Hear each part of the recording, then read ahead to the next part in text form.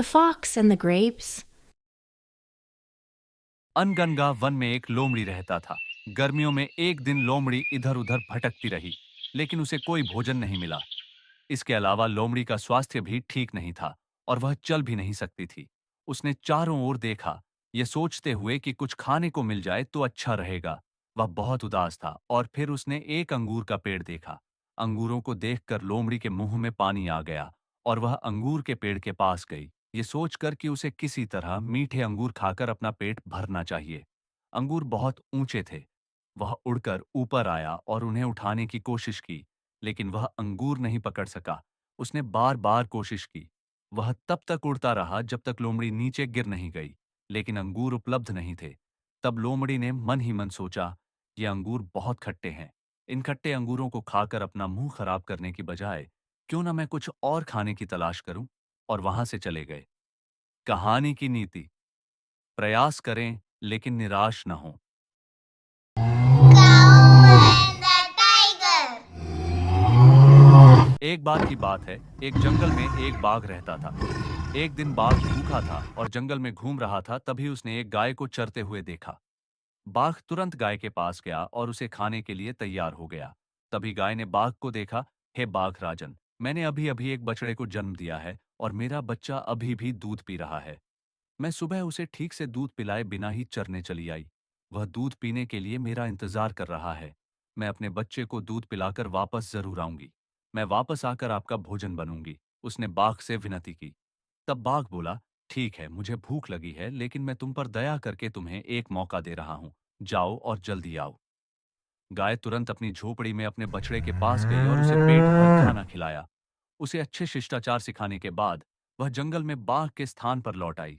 बाघ खुश था कि गाय ने ईमानदारी से अपना वचन निभाया और बिना अपनी जान दिए वापस लौट गई। मुझे बहुत भूख लगी है, लेकिन मैं तुम्हारी ईमानदारी की आभारी हूं और तुम्हें नहीं खाऊंगी, उसने कहा और गाय को अकेला छोड़ दिया। जाओ और अपने बच्चे के साथ आराम से रहो।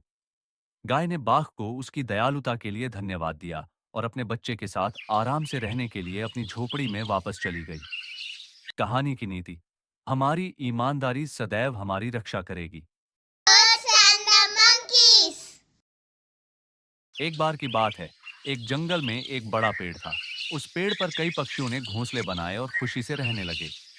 पेड़ उन्हें बारिश, हवा, ठंड और धूप से बचाता था। एक दिन आसमान में बादल छा गए और भारी बारिश हुई। जंगल बहुत गीला है। तभी जंगल में खेल रहे कुछ बंदर बारिश में भीगते हुए एक पेड़ के नीचे आकर बैठ गए और ठिठुरने लगे। बंदरों को देखकर पक्षी हंसने लगे और उनसे चंचल अंदाज में बातें करने लगे।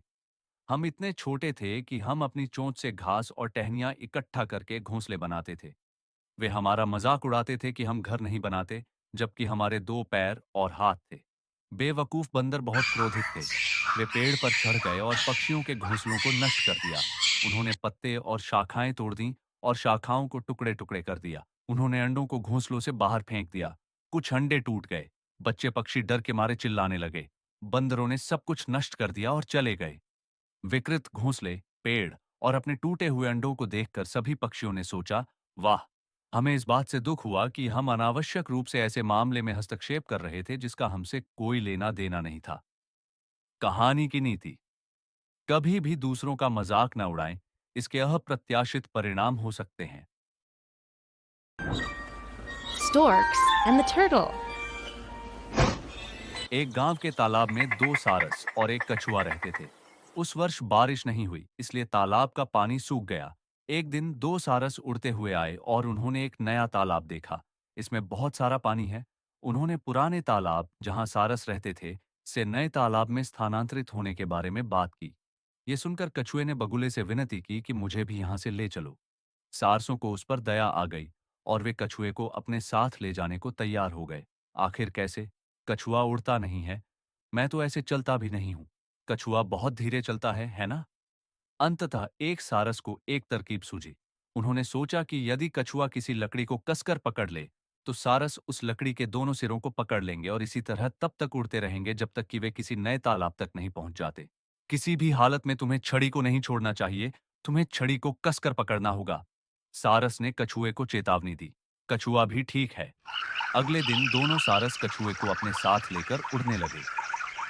कछुए ने शुरू में छड़ी को कसकर पकड़ रखा था, लेकिन थोड़ी देर उड़ने के बाद नीचे जमीन पर कुछ बच्चे दिखाई दिए। बच्चे यह दृश्य देखकर आश्चर्यचकित होकर एक दूसरे को इसकी ओर इशारा करते हुए बातें करने लगे।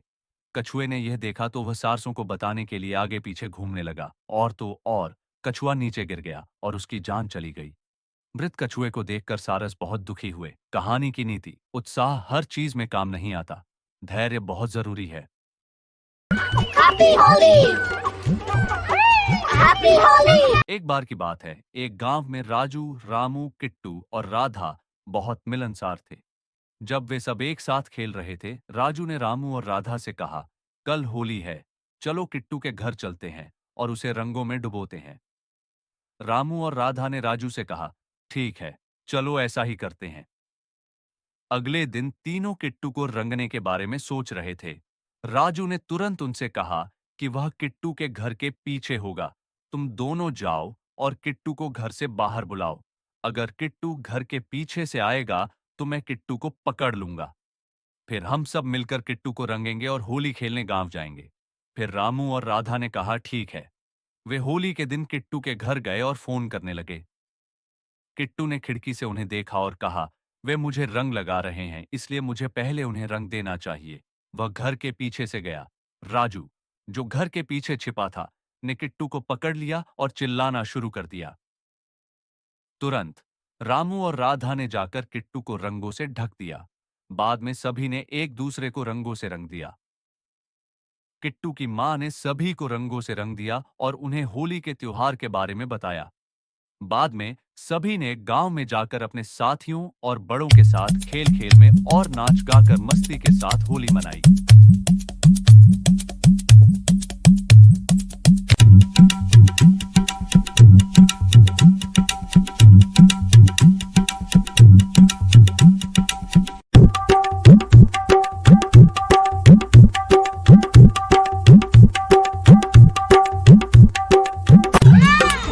Happy Holi! Happy Holi! Happy Holi! Ramapuram नामक गांव में बकरियों का एक चरवाहा रहता था। उसका किट्टू नाम का एक बेटा था। किट्टू हमेशा अपने पिता को चिढ़ाता रहता था। एक दिन किट्टू और उसके पिता अपनी बकरियों के साथ जंगल में गए। तब किट्टू को एक विचार सूझा। वह तुरंत चिल्लाया, पिताजी, यह एक बाघ है। पिताजी, यह एक बाघ है। जब उसके पिता आए तो उन्होंने देखा कि वहां कोई बाघ नहीं था। तब किट्टू हंसा और बोला, पिताजी, वहां कोई बाघ नहीं है, मैंने ऐसे ही कह दिया। उसने अपने पिता को 2 बार चिढ़ाया। आखिर एक दिन सच में एक बाघ बकरियों के झुंड में आ गया। तब किट्टू एकदम से डर गया। पापा बाघ आया, पापा बाघ आया। इस बार उनके पिता को किट्टू की बात पर विश्वास नहीं हुआ। तब किट्टू डर के मारे एक पेड़ पर चढ़ गया और बैठ गया। आखिर में बाघ ने एक बकरी को पकड़ लिया और चला गया। पेड़ पर चढ़ने के बाद उसने किट्टू को देखा और उनके पिता से पूछा कि क्या हुआ। तब किट्टू ने उन्हें बताया कि क्या हुआ। तब उनके पिता ने कहा, बाघ ने भी तुम्हें चोट पहुंचाई। तुमने 2 बार झूठ बोला, इसलिए भले ही तुमने सच कहा हो, मुझे तुम पर विश्वास नहीं हुआ, इसीलिए तुम इस बार नहीं आए। उन्होंने किट्टू को डांटा और कहा कि वह फिर कभी झूठ न बोले। कहानी की नीति: एक बार झूठ बोलने के बाद जब आप खतरे में होंगे और सच बोलेंगे तो कोई भी आप पर विश्वास नहीं करेगा। उदाहरण के लिए, एक जंगल में बिम्बी नाम का एक शेर और अन्य जानवर खुशी से रहते थे। खर्राटे एक दिन जब बिम्बी जंगल में एक पेड़ के नीचे सो रहा था, बिट्टू नाम का एक चूहा उसके पास दौड़ गया। बिम्बी उठती है और बिट्टू को पकड़ लेती है और कहती है, मैं तुम्हें खा जाऊंगी। तब बिट्टू ने कहा, हे मृगराज, मुझे अकेला छोड़ दो। मेरे छोटे से शरीर से तुम कभी भूखे नहीं रहोगे। अगर तुम मुझे अकेला छोड़ दो तो मैं किसी भी दिन तुम्हारे लिए काम करूंगी। उसने विनती की।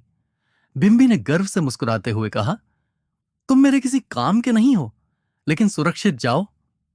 जिससे बिट्टू चला गया। कुछ दिनों बाद बिम्बी एक शिकारी द्वारा बिछाए गए जाल में फंस जाता है। तभी बिट्टू बिम्बी के पास आई। उसने बिम्बी की हालत देखी और तुरंत अपने दांतों से जाल को काटना शुरू कर दिया। जल्द ही बिम्बी जाल से बाहर गिर गई। तब बिम्बी ने अपने मन में सोचा, इस छोटे से टुकड़े का मेरे लिए क्या उपयोग है। इसने आज मेरी जान बचाई है। अब से मैं किसी भी जानवर को कम नहीं आंकूंगा। वह बिना कुछ सोचे वहां से चली गई। कहानी की नीति: कभी किसी को छोटा मत समझो, समय आने पर सबको अपनी क्षमता का पता चल जाएगा। The puppy and the well. एक गांव में रोजी नाम की एक कुतिया अपने 4 बच्चों के साथ आराम से रहती थी। एक दिन अपने बच्चों के साथ खेलते समय उसकी नजर एक कुआं पर पड़ी। एक दिन खेलते खेलते बच्चे कुएं के पास आ गए। उनमें से एक छोटा बच्चा था। माँ ने कहा, क्यों?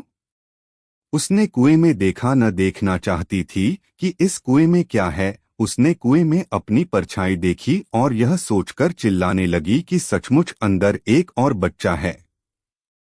कुएं के अंदर कुत्ते की परछाई को उसकी तरह चिल्लाते देख उसने उससे लड़ने के लिए छलांग लगा दी। कुछ ही देर में कुत्ता पानी में गिर गया और चिल्लाने लगा, मुझे बचाओ, मुझे बचाओ। यह अफसोस की बात है कि छोटा कुत्ता पानी में गिर गया, इसलिए उसने उसे बाहर निकाला और बचाया। रोजी ने कुत्ते को बचाने के लिए किसान को धन्यवाद दिया। बाद में रोजी अपने बच्चों के साथ खेलती हुई शहर में चली गई। कहानी की नीति: बड़ों की बातें सुनने से जीवन बेहतर होता है। Please subscribe my channel for more videos.